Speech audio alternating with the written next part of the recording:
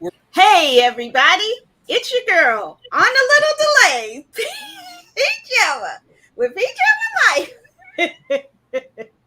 So today we have some really fun things to talk about. We have the Book of Boba Fett, we have American Auto, and the really interesting documentary Pharma Bro.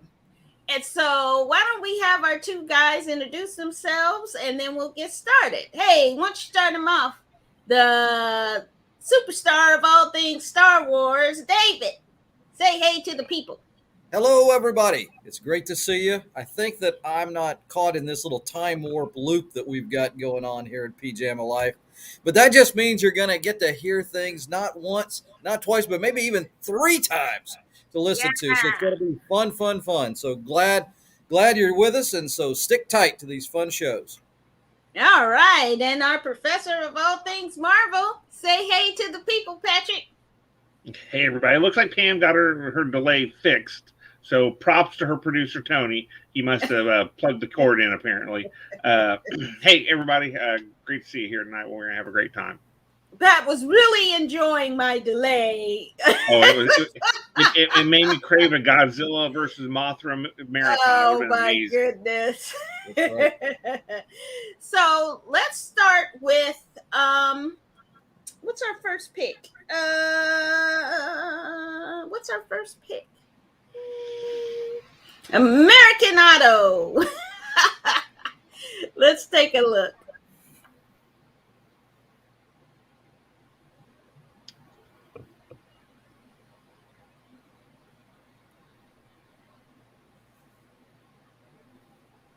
Huh? Guess not. Maybe it's something else. Well, we have a minute. Let's say hi to our guest. Hey, Electric Melanin.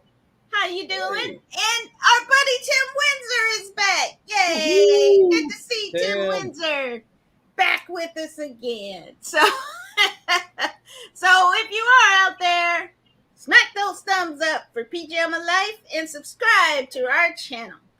So let's see if we have American Auto. Well, if not, let's talk. Oh, there we go. Well. Or maybe not. Maybe not. Or maybe not. Let's just talk about it. Come on. It's in development like the pain Peacock. Well, kind of give them a brief synopsis of it.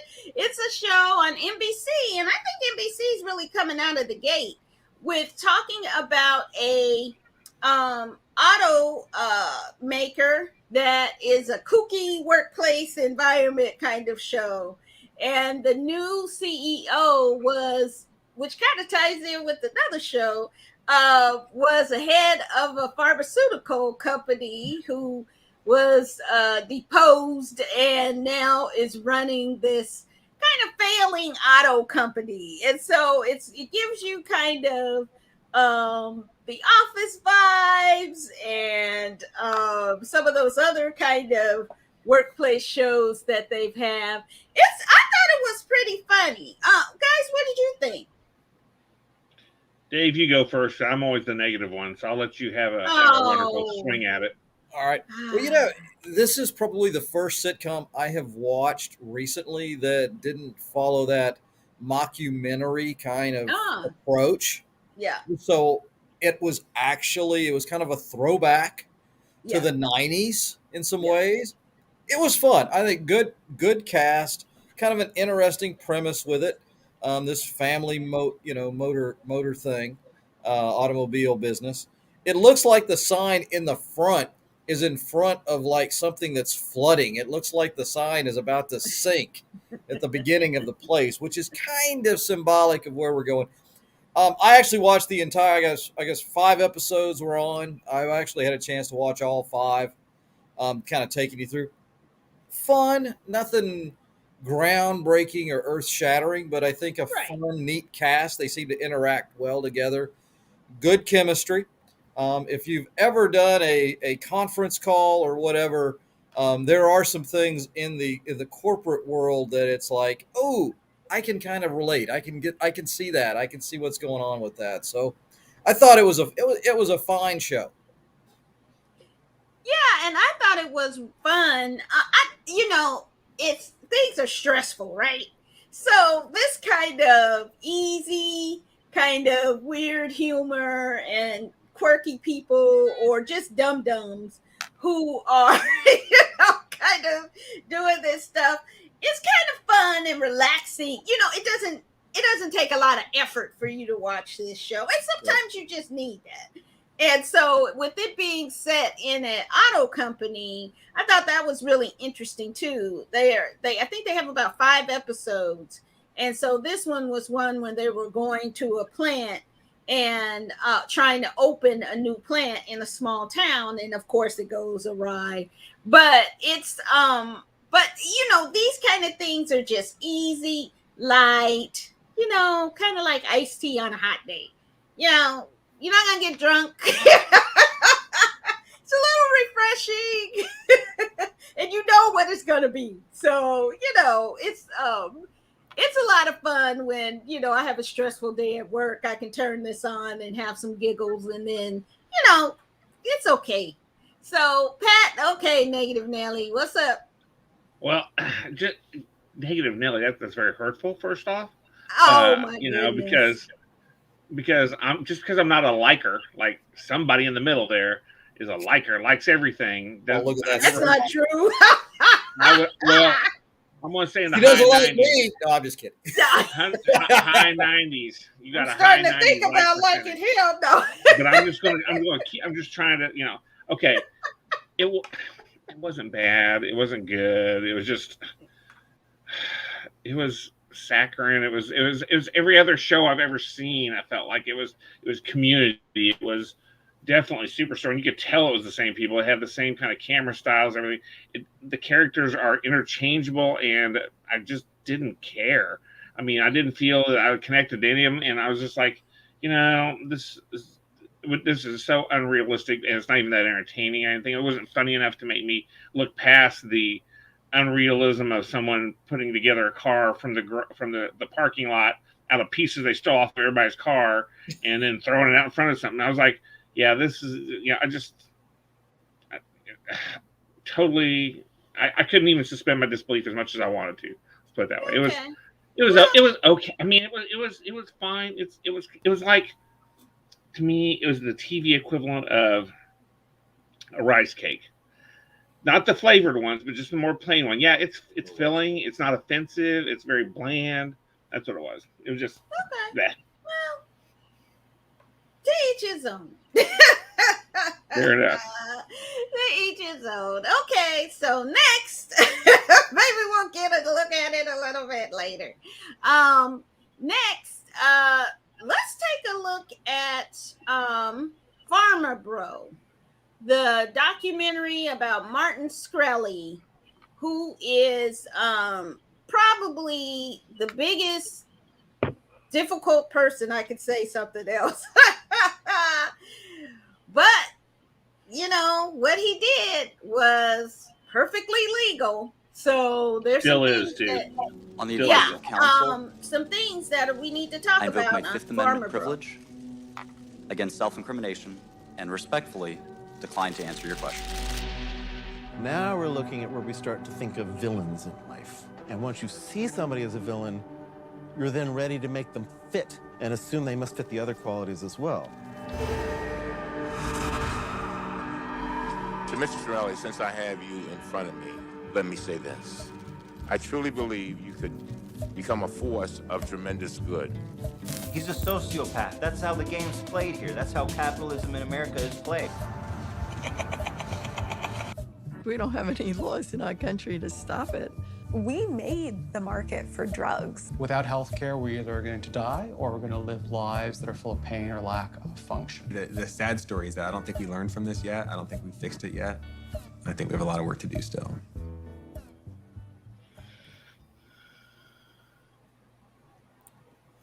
Yeah. All right, Patrick, talk about Pharma Bro. Train wreck. It was watching a thoroughly unlikable person for 2 hours be as thoroughly unlikable as he possibly could on purpose.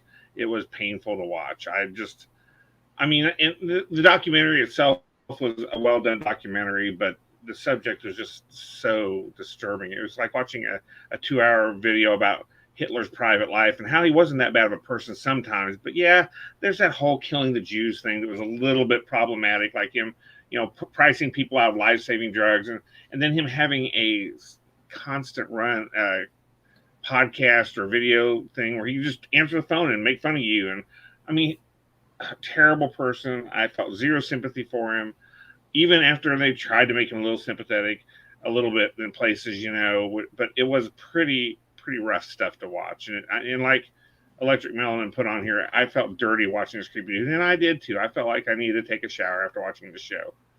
Mm-hmm. So it was terrible, but the documentary itself was it was well done. It was, well, I mean, it was interesting the way that he did it with the boards and stuff he had, but man, the subject was just so horrible. My God, it was terrible. That's it. That's why you need the American Autos of this world. A palate cleanse, is that what you're going with? You need a palate cleanser after that mess. David, what did you think? Well, I remember when he kind of came, when his first was kind of made a big deal in the press, and you saw what he had done with raising the prices just because he could, and he was painted like a villain early, and nothing about his personality and the way that this portrayed him or how he portrayed himself gave you anything except this is the truly ugly side of capitalism. This is the side that is really just horrific. And you see some of the challenges and issues that we have with our healthcare system, and a system that really, we don't cure you, but we give you just enough medicine to keep you going, and medicine that will probably cause something else to go bad, and when you have to get a new pill on that. And so it's a cycle. But yeah, I thought it was a well done documentary, but it brought up and kind of reinforced all the negative feelings and anger that I had when I first heard about this guy. And it's like, oh yeah, I remember him. Ugh. And that feeling just kind of came through. So well done flick. Horrific excuse for a human being.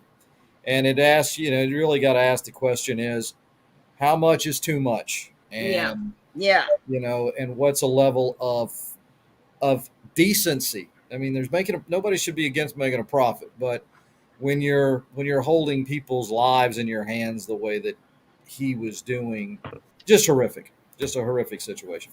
Mm-hmm. Yeah, and the documentary itself was really interesting. The guy who started it moved upstairs from him so that he could catch. I mean, that dude was creepy too. I mean, he was a creep as well. So it took a creep to catch a creep. But I think that what it revealed, more importantly, and that Martin Shkreli revealed about the system, was how broken it is. And he's not doing anything different than what the drug manufacturers are doing and still are doing. They still have hiked up regular drugs what did that one drug he had cost? It originally cost like 55 cents or something. And then he blew it up to thousands of dollars. Because he knew that the insurance companies too were complicit in it too. So it's the drug companies and the insurance everybody's making profit, but Americans are losing their homes. They're losing their livelihoods. They're going bankrupt. I had a friend at an early age have a medical emergency, and it cost them everything to go to the hospital and get, they had insurance, but still with the co-pays and the other expenses, it bankrupted them. Yeah. Like they had to file for medical bankruptcy in their 20s. So it is ridiculous. Our system is very broken. And I think what was interesting about the documentary is how they compared it to the big companies, and how at the end of it, the big companies are still doing the exact same thing. Nothing has changed. And yeah, Martin Shkreli went to jail. He won't be there for long, I'm sure. And he might even be out by now. But he's still probably able to have these kind of companies and he can go back and make money. I thought was interesting was his hometown. When they went to, was it Albania or whatever his hometown is, and people there thought he was great. Everything he did was awesome. And I'm just going, really? What if your child, your daughter, your son needed this drug and you couldn't get it? Not that it wasn't available, but you couldn't get it because the cost was too exorbitant. Right. So nobody gets the drug then. If it's a high cost drug, if your insurance company won't pay for it, and nobody is that rich where they can just pay for these kind of things out of their own pocket, really. So it's but the documentary was an important documentary, I think, to have to reveal this. And isn't he though every documentary person's dream person subject? I mean, he gives you so much to work with. This guy, effing guy. You'd get the definite feeling like, oh, do we need to do another take? I could get more evil. I mean, right. He would give that to you. You were just waiting him to go. Mean, but it's something broken in him that has this need to be disliked, and it's probably any attention is better than no attention, even if it's negative. So now in prison, I'm sure he's getting all the attention he can stand. He might have to sit down with some of it. So he's a terrible person. Great documentary, though. And definitely something that everyone should watch. It's uncomfortable. But what was more uncomfortable for me was realizing the big con that's going on in our system that allows these companies to still do it with impunity. So definitely check out Pharma Bro. Okay, and so our last one today is dun, dun, dun, dun, dun, dun, the Book of Boba Fett. So let's take a look. It's awesome.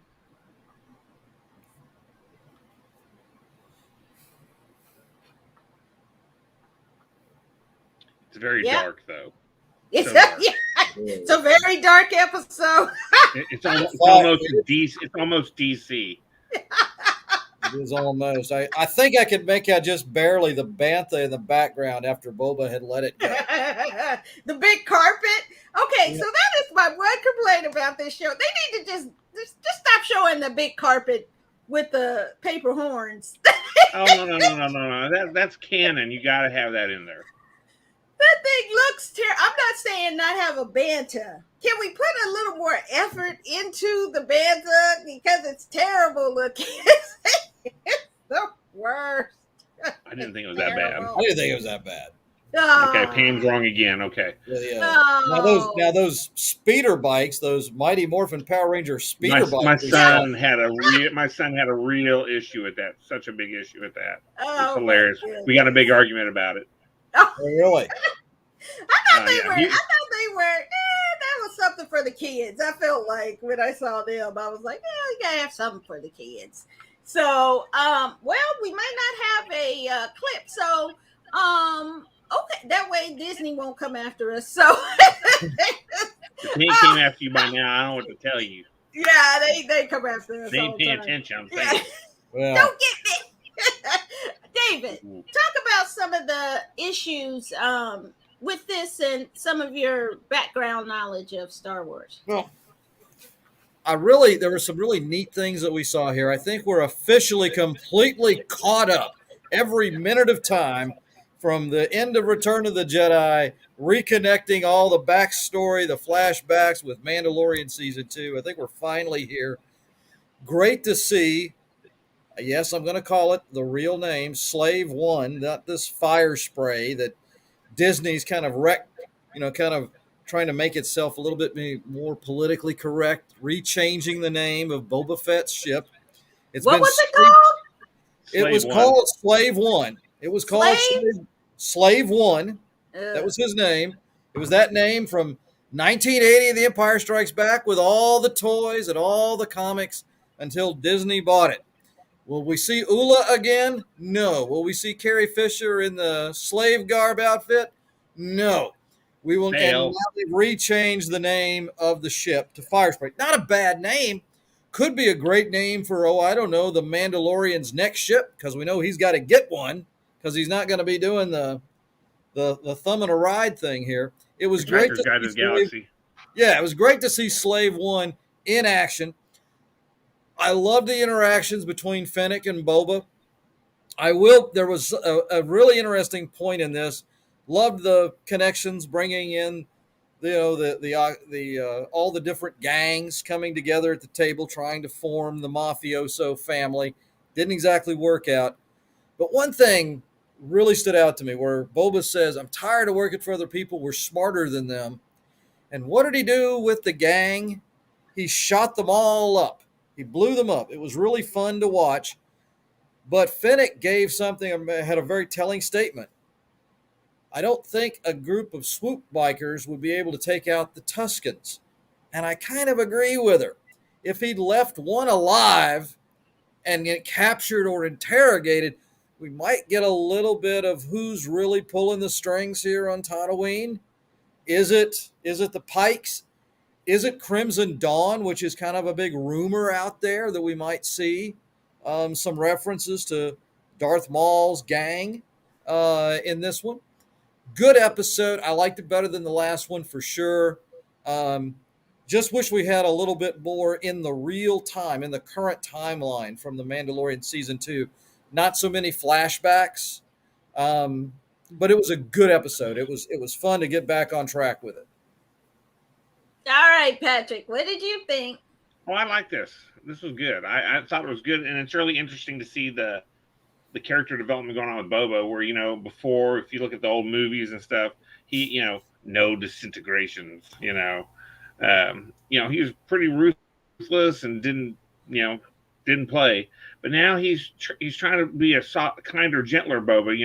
He recruited the Wookiee to work for him. He's got the biker gangs working for him. He's doing smart strategic moves as opposed to a smart tactical move at the moment. He's doing those too, but I thought it was a really good episode. I was glad, like David, to see we're moving past the backstory, because I knew they had to fill that in. You had to find out what happened.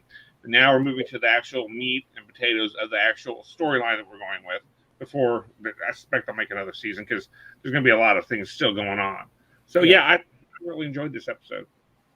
Yeah, and I think it was a good episode. Oh, here we go.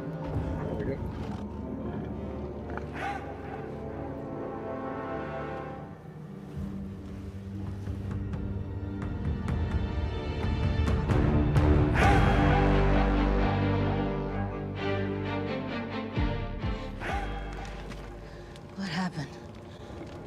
What did you do to me? You are Master Assassin Fennec Shand of the Midrim. Take it I'm worth more alive, huh? You are. I want you to help me. Help me recover my fire spray gunship. If I help you, my debt is paid. If that is what you wish.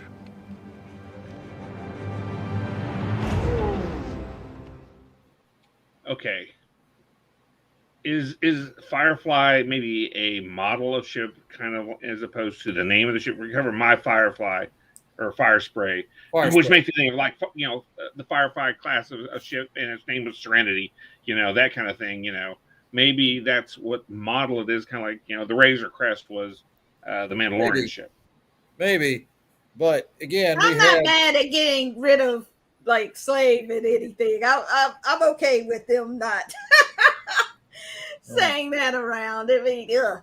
But I think that this was a really good episode. I think it was some things that stood out to me was when Phoenix said, Boba was saying, we got to be, we got to think bigger than just being a bounty hunter.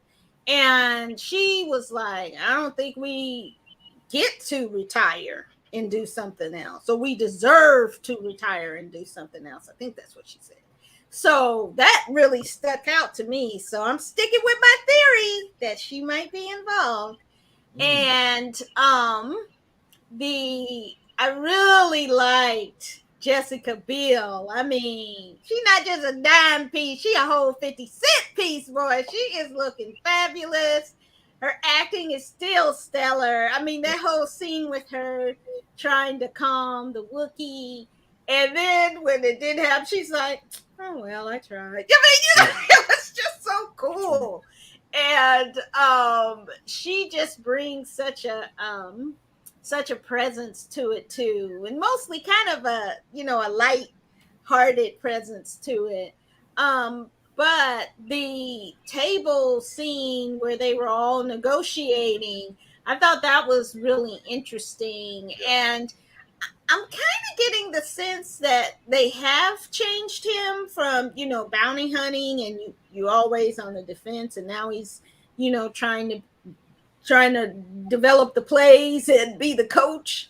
And that comes with age too. That's what I thought, is at some point you got to stop trying to be the bounty hunter and start either trying to be the boss or, build something else or get out of the game, because everybody's younger is faster. So I like that he's trying to now become the boss instead of just the enforcer. But really, and I like that this episode, it did show in the clips, but it was much lighter. There was one scene where it went from dark to like the bright day. And I just thought that was such a great juxtaposition of lighting. And I'm really looking forward to seeing more of how they develop this world and then the characters on it. But if they bring in Darth Maul, I think that would be interesting. But did you see at the very end, did you listen to the music that was played in the very ending shot? And I think that'll give you a clue about they're gonna try and go out and hire for muscle. So take a look at that again, and I can't wait for next week, because I think it'll be a great tie-in, and we'll see some really interesting stuff. So good episode, really had fun with it. It was great to see. I'm really interested to see if they're gonna actually keep the Wookiee Kirstan. Is that his name? Kristan or something. Kristan. And keep his character in. I mean, I just have never seen a aggressive Wookiee. And then, David, I had a question for you. Yes. Is that the Wookiee who helped to save Yoda in Clash of the Attack of the Clones? Attack of the Clones. No. Now, this Wookiee's origins are strictly in the new Marvel comics. He was part as a lead character called Dr. Aphra, which was, I think, the first. What is it? I don't know if Dr. Aphra. I think Dr. Aphra is bisexual. I think that was pointed out. I was trying to think about if she was lesbian or not, but I think it was a bisexual character. The first one referenced in Star Wars officially, kind of a adventurer archaeologist who did jobs for Darth Vader. The Wookiee was a part of her crew in some of those comics, so that's where we've seen him before. He's also the first Wookiee. Well, I guess we did see, or at least heard about Chewbacca tearing the arms off in the Solo movie, but here we had a Wookiee again ripping off. You also heard it in A New Hope. He also mentioned let the Wookiee win. Why don't they worry about droids winning? Because droids don't tear the arms off of people when they lose. So it's the MO. So we saw it in action. I love the thinking process as he's holding that guy up. He's like, do I, don't I? Yeah, I'm going to do it. I do it. But I was like, no, I don't want my Wookiees bad. I don't want them mean. I want them to be nice. That's just me. I don't want to see a bad Wookiee. That's like, I don't want to see a golden retriever. A bad tribble. Get a golden retriever. They always develop teeth and go around eating people. No. But I guess that's where we are. So. Oh. I hope you all did hear that. But I think that great episode. Definitely check it out. And we're looking forward to some really great episodes in the future. Next week, we'll be catching Boba Fett again, and also we'll catch up with the Peacemaker and Eagly. Eagly's the only reason I'm watching that show.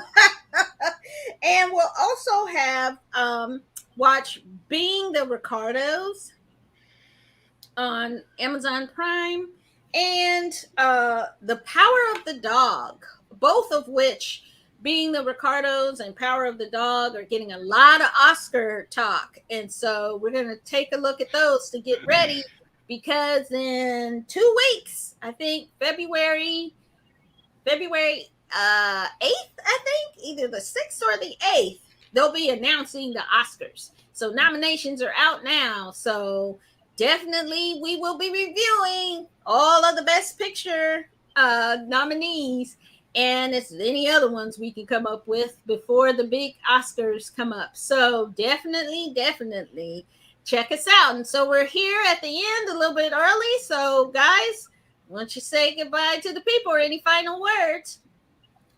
So long, everybody. Stay warm if you're in part of the country that's been freezing.